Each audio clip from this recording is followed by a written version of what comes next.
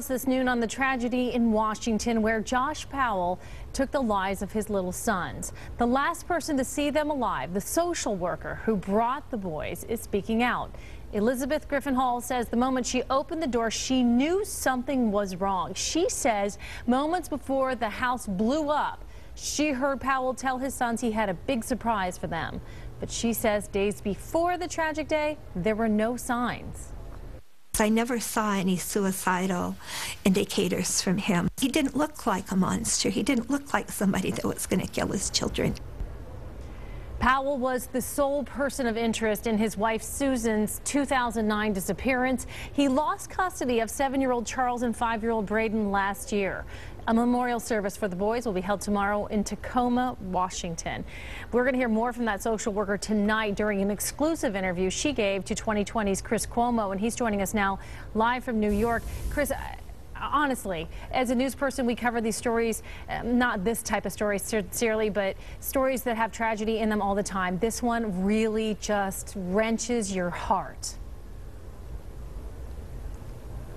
I think that's the right way to put it. This one is almost too much. I had a hard time interviewing Elizabeth. You feel for her so completely. She loved these boys. She loved these boys. And to have to get caught up in what she calls this kind of evil, it's really hard to sit there and watch her experience this pain. And I tried to do a lot of comforting during the interview with some facts. You know, there's nothing more she could have done. She did everything she could. He locked her out and he double bolted a door. I mean, you know, that's it. She made the phone calls that she could make. She called 911. What else was she supposed to do? And you think about this situation, and in the soundbite you played there, she says he didn't look like someone who would hurt his children. He didn't present as someone who would hurt their children. He didn't present as a bad dad. He presented as a good dad who cared only about his kids, and she watched him week after week for hours be just that, a doting dad who would roll on the floor and bring lots of projects. And that's why when he said to Charlie, "Come here, I have something special for you, Charlie," that didn't trigger anything with Elizabeth, because he said that all the time, because he did have special things. And the idea that what he meant on this day wasn't a science project, it was a hatchet. The idea is so inhumane, it is so inconsistent with love that it's baffling.